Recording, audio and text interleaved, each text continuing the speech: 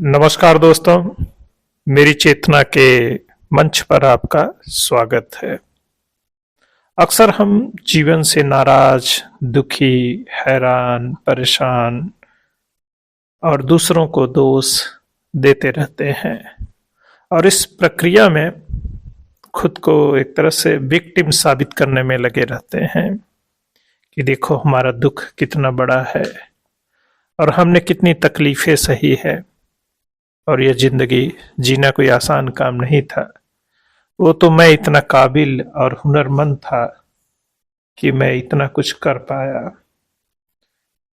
और यही साबित करने में उम्र का अच्छा खासा वक्त गुजर जाता है और चीजें तब भी उसके नियंत्रण में नहीं रहती और वह अपनी आत्ममुग्धता में अपनी आत्म प्रशंसा करता रहता है क्योंकि कोई और उसके इन गुणों को देख और समझ नहीं पाता है।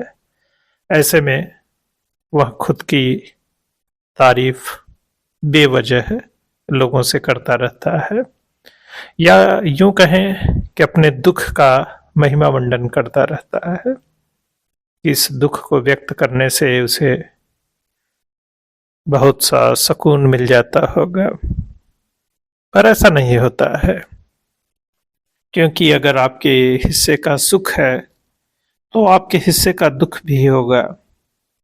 जैसे नींद आपके हिस्से की है और जागरण भी आपके हिस्से का है और चाह कर भी आप सो नहीं पाते हैं और पूरी रात बस करवटें बदलने में निकल जाती हैं, मगर क्या करें, नींद है कि आती नहीं है।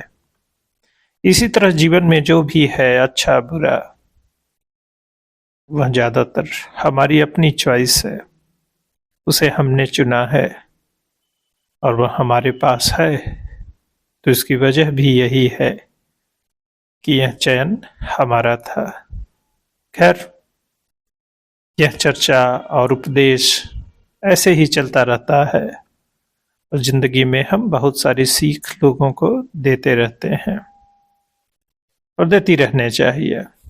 हर्ज ही क्या है, नुकसान क्या है, सबके अपने अनुभव हैं, सबने अपने तरीके से जिंदगी जिया और देखा है तो अपनी कहानियां कहती रहनी चाहिए।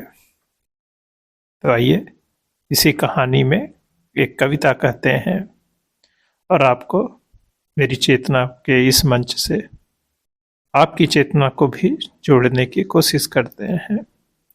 अगर आपने सब्सक्राइब नहीं किया है तो सब्सक्राइब कर लीजिए और फेसबुक पेज पर सुन रहे हैं तो फॉलो कर लीजिए। अच्छा लगे तो शेयर करिए और अपने विचार भी नीचे लिख सकते हैं और हम आपसे ऐसे ही जुड़े रहेंगे। यह वर्चुअल दुनिया भी कितनी अजीब है या यूं कहें कितनी खूबसूरत है जो हमें आपसे जोड़ देती है। हमारे चेहरे कोई मायने नहीं रखते हैं पर हमारे शब्द मायने रखते हैं कि हम एक दूसरे से बात कर रहे हैं।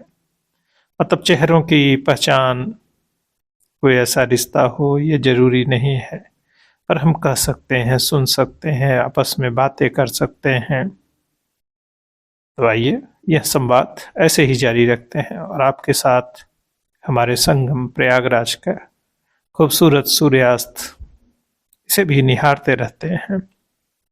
हालांकि बात यहाँ समुंदर की है और एक आदमी है जो अपने दुख में दुखी है। वह समुंदर से नाराज उस पर तोहमत लगाने लगा। जानता हूं तुम पानी से बने अथाह और अनंत हो, पर मेरे किस काम के, मैं प्यासा हूं तुम्हें पी नहीं सकता। तुम इतने गहरे हो, पता नहीं मेरी आवाज तुम तक पहुंचती है कि नहीं। जहां तक मेरी नजर जाती है तुम्हारा सन्नाटा दिखता है और किनारों से टकराती तुम्हारी लहरें हर बार कुछ दूर जाकर फिर तुम्ही में लौट जाती हैं। वह गुमसुम किनारे पर बैठा लहरों का आना जाना न जाने कब से देखता रहा, खुद से थक कर खारे समुंदर की सोचने लगा। ये जो बरसात और बादल है, उनको तुम ही तो गढ़ते हो।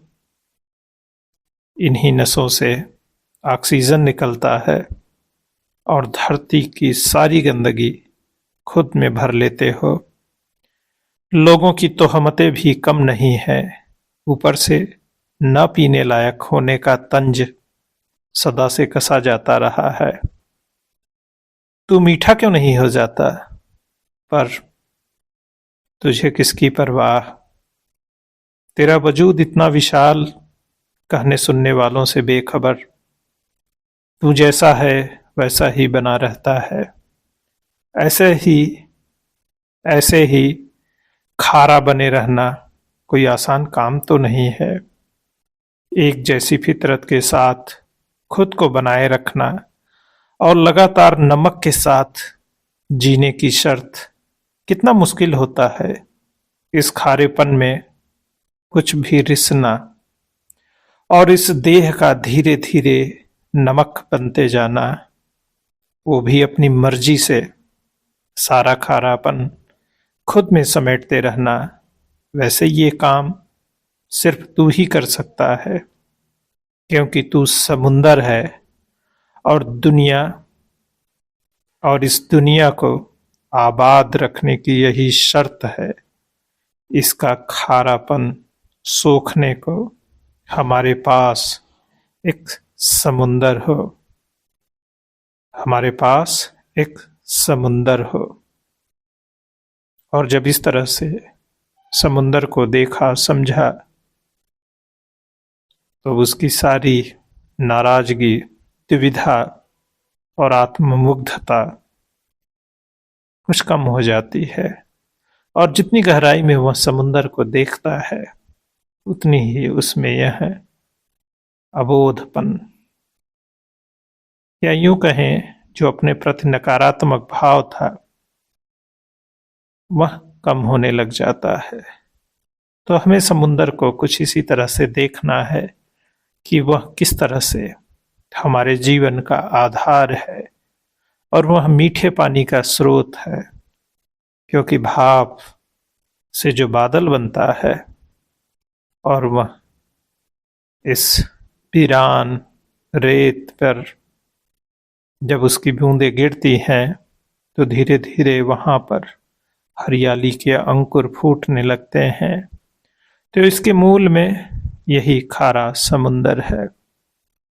तो फिर यह संवाद, यह परिचर्चा अभी के लिए एक छोटा सा विराम देते हैं और आपको खूब सारा सकारात्मक होने के लिए और जीवन को बेहतर ढंग से जीने के लिए ढेर सारी शुभकामनाएं